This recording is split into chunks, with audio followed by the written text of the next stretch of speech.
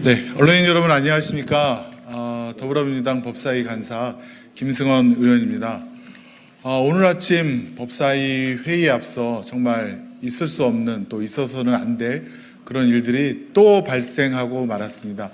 국민의힘이 집단폭력으로 우리 야당 법사위원들의 회의장 출입을 막고, 또 회의가 시작하였음에도 피켓 시위를 다른 상임위원이 들어와서 하였으며, 밖에서는 고성으로 소란을 피우기도 했습니다. 2019년 나경원 전 원내대표가 국회 선진화법 위반으로 지금도 재판을 받고 있는데, 또다시 이런 일이 국민의힘 의원들에 의해서 반복적으로 이루어진 것에 대해서는 깊은 유감을 표하며, 확실한 수사와 처벌만이 이런 불법 행위를 막는 일이라 생각되어 우리 더불어민주당 의원님들과 또 조국혁신당 박은정 의원님 함께 규탄 기자회견을 하기로 했습니다. 오늘 참석해 주신 분들 소개해 올리겠습니다. 우리 법사위 위원이신 김용민 의원이십니다. 서영교 위원님 오셨습니다. 박균태 위원이십니다. 이건태 위원이십니다. 이성용 위원이십니다.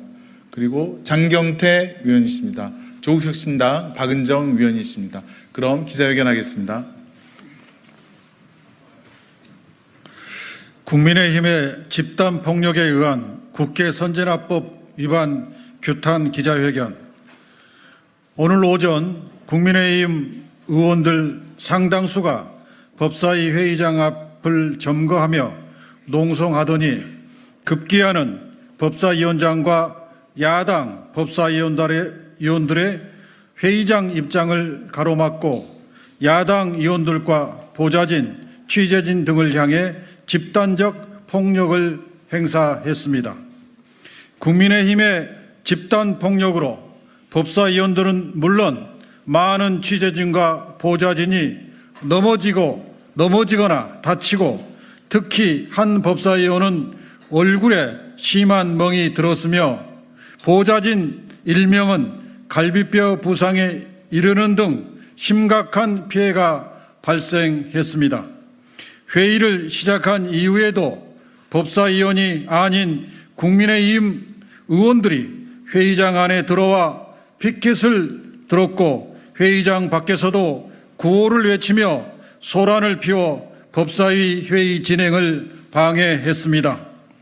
자신들이 제안한 국회 선진화법을 어긴 국민의힘 의원들의 폭력 행위는 어제 오늘 일이 아닙니다.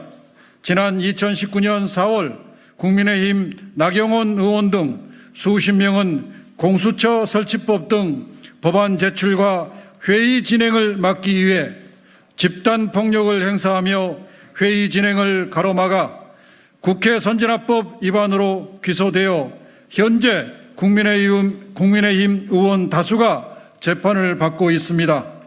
이와 같이 국민의힘 의원들의 반복되는 집단폭력과 의사진행 방해는 윤석열 검찰 독재 정권과 정치 검찰 등 수사기관에 대한 믿음을 바탕으로 한 것입니까? 아니면 한동훈, 나경원 당대표 후보 두 사람이 공개적으로 자백한 것처럼 공소권 정도야 얼마든 거래 대상으로 여길 수 있다는 자신감을 바탕으로 한 것입니까? 오늘 국민의힘 의원들이 범한 행위는 특수공무집행방해죄나 국회 선진화법 위반죄로 최고 징역 7년 6월에 중형까지 선고받을 수 있는 아주 심각한 범죄 행위입니다.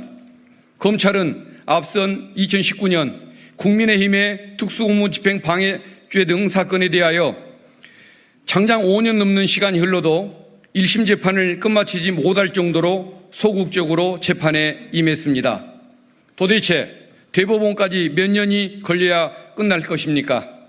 그 사이 국민의힘 의원들은 국회의원 임기를 마치기도 했고, 새로 당선되는 사람들도 있습니다.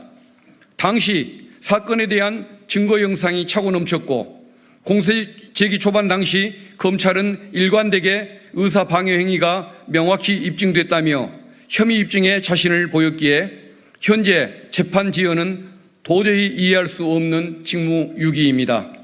지연된 정의는 정의가 아닙니다. 이처럼 사안이 중대하고 사실관계가 명확한 재판을 이유 없이 질질 끌고 있었다는 사실 뒤에 나경원 후보가 당시 법무부 장관인 한동훈 후보에게 공소를 취소해달라고 청탁한 결과 재판 지연이라도 시킨 것입니까?